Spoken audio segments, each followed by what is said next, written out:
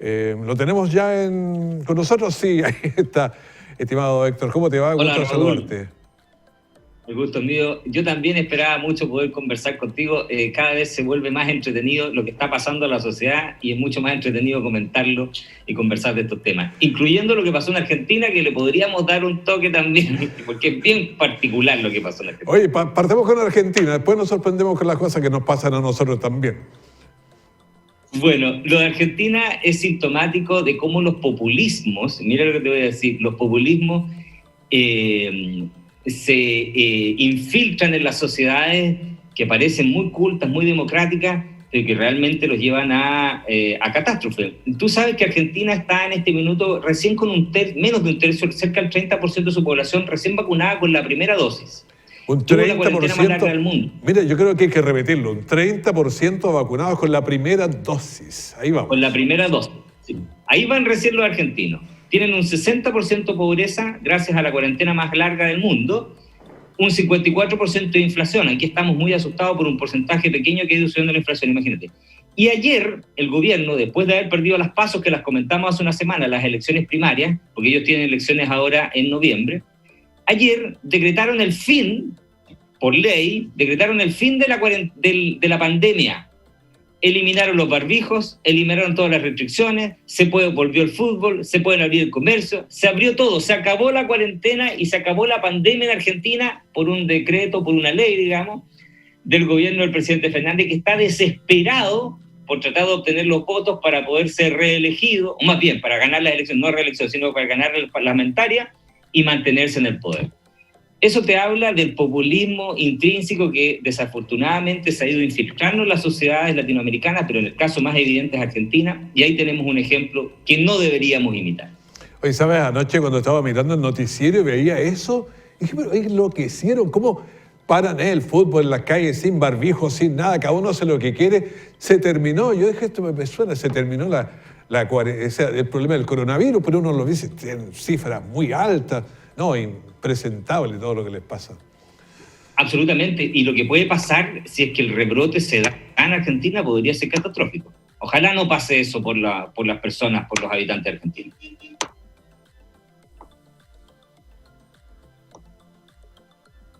No te escucho, Raúl, se fue el audio. ¿Se nos fue el audio? Ahí sí, ¿volvió o no?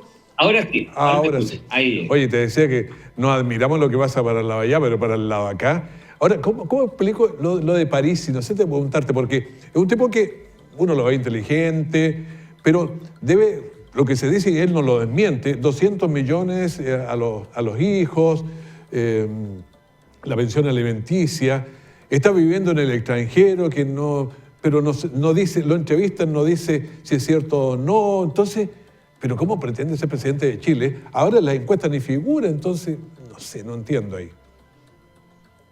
Mira, vuelvo a insistir con el populismo, digamos. Esto es propio de las sociedades cuando se van degradando y este tipo de candidatos que son típicos caudillos que pretenden allegar un poco de agua a su molino para pretender a través de eso generar algún grado de influencia y negociar con esos votos, levantan este tipo de candidaturas casi testimoniales. Si bien la de París en algún minuto tuvo una votación interesante, recordarás tú que anduvo sobre el 10%, no me acuerdo exactamente la cifra, pero sobre el 10%, lo que era una votación interesante, pero que hoy no se justifica más a la luz de todos los hechos que han ocurrido en Chile, con todo lo que significó el estallido, revolución social, ponle el nombre que tú quieras, que alguien que además transgrede, violenta de esa manera los derechos de la mujer, pero además de sus hijos, porque, a ver, las pensiones de alimentos no son una cosa baladí, no son para salir a carretear, entre comillas, como algunos creen, sino que para alimentar a los hijos, como dice su nombre, para la subsistencia de los hijos.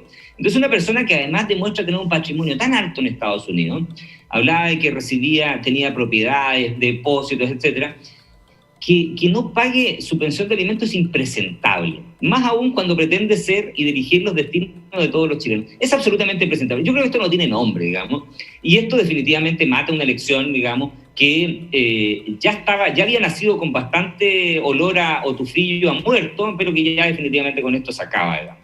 Ahora, también es interesante decir que aquí tenemos que empezar a aumentar el estándar de quién puede ser candidato. No cualquiera, creo yo, puede llegar a aspirar a esto, por mucho que el ámbito de la democracia te diga que somos todos iguales y podemos optar todos a ese sillón presidencial, a dirigir los destinos de una nación, pero yo creo que aquí se requiere un mínimo de coherencia. De partida, no tener ningún tipo de acción judicial que pueda mellar, digamos, su independencia a la hora de dirigir los destinos de un país como este. Mira, si ya estábamos con el tema de Rojas Vade, que ha seguido, no es que todos los días algo nuevo, nos metió en un zapato chino, ¿cómo se sale de ahí? Otro lío. Claro, renuncia, pero una renuncia que todavía no comunica a la misma convención, una renuncia que además parece un poquito con elástico porque es una renuncia donde no se sabe si va a ser reemplazado o no reemplazado. Viste que ayer un grupo parlamentario presentó un proyecto para regular lo que pasaba en las renuncias y permitir que suba el candidato que iba con él en la lista. Pero una cosa que todavía, tal como tú lo dices, está cocinándose y cualquiera de estos días vamos a tener alguna novedad. Sí. Ahora, hoy día es un día interesante para la convención también. Sí, hoy día se vota definitivamente el tema de los 2 tercios. Yo creo que dentro de las batallas que se está librando el día de hoy es quizás la más compleja, porque eso implicaría, mira lo que te voy a decir, el desconocimiento del carácter que tiene la misma convención constitucional o constituyente. Si no son capaces de respetar sus propias normas, las normas constitucionales que le dieron origen, ya hemos discutido que, por lo menos a mi juicio, esta no es una convención de carácter originario, esta es derivado, su poder deriva del Congreso. Por muy interesante que haya sido un artículo que publicó Carlos Peña hace unos días, donde hace toda una elucubración a propósito de dónde vendría finalmente el poder, si es del pueblo o del Congreso, etcétera, y que finalmente siempre va a ser del pueblo. Pero bueno, si la convención hoy día vota no respetar los 2 tercios, yo creo que, tal como dijo el profesor Esquella, está muerta. Muere desde el punto de vista de su legitimidad. Tanto que se ha criticado la legitimidad de la Constitución del 80, que no es la del 80, es la del 2005 porque tiene la rúbrica de Ricardo Lagos Escobar, tanto que se ha criticado la legitimidad de esa, por haber sido dictada en un periodo de un gobierno de hecho, una dictadura. Bueno, aquí lo que está ocurriendo es que partiría este proceso, porque esto es lo que le da el vamos inicial, porque es el reglamento que regula cómo se va a dictar el articulado mismo, partiría con la ilegitimidad de haber transgredido la misma norma que le dio origen. Eso es gravísimo. Y además, por supuesto, permite que las pequeñas facciones que dominen en un momento determinado hagan lo que quieran con la Constitución. Y eso es muy grave para el destino y la salud mental, constitucional, política y económica y social del país, de lo que se nos viene. Porque ya dejaría de ser la casa de todos, sería la casa de un grupito circunstancial del momento. Volvamos a lo que estábamos nosotros. Hicimos este paréntesis porque justo estaba saliendo una transmisión en directa de TV5, así que por eso volvimos. Pero estamos con en la convención, ahí nos quedamos.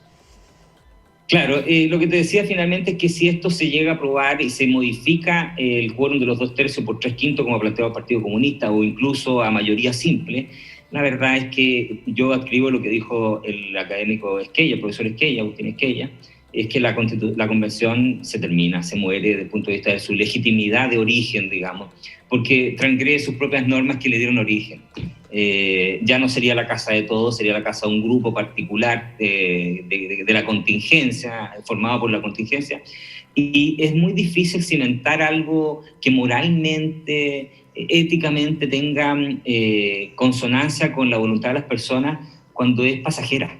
No, difícilmente tú puedes levantar algo que dure 40, 50 años como se pretende, cuando ha partido con este grado de ilegitimidad de origen. Entonces, ojalá que aquí prime la cordura y no se cambie ese quórum. O sea, el riesgo entonces es que, lo que decía Agustín Esquella, si cambiamos lo que nos dijeron que teníamos que hacer, ya entramos a... O sea, puede seguir y todo, pero va a estar muerta porque la van a criticar siempre porque ya no era tan legítima. Esa es la idea, ¿cierto? Claro, esa es la idea. Y el mismo argumento que utilizó durante mucho tiempo parte importante de la izquierda en Chile respecto a la Constitución de 1980, bueno, el grupo que no adscriba a esta nueva Constitución va a utilizarla, entonces tampoco va a ser legítima. Desde ese punto de vista es muy grave lo que estaría pasando y ojalá que prime la cordura, vuelva la cordura y se respete los 2 tercios. La idea de los 2 tercios no es un candado, como se ha dicho. Muchas constituciones del mundo lo tienen. La idea de los 2 tercios es permitir que se alleguen.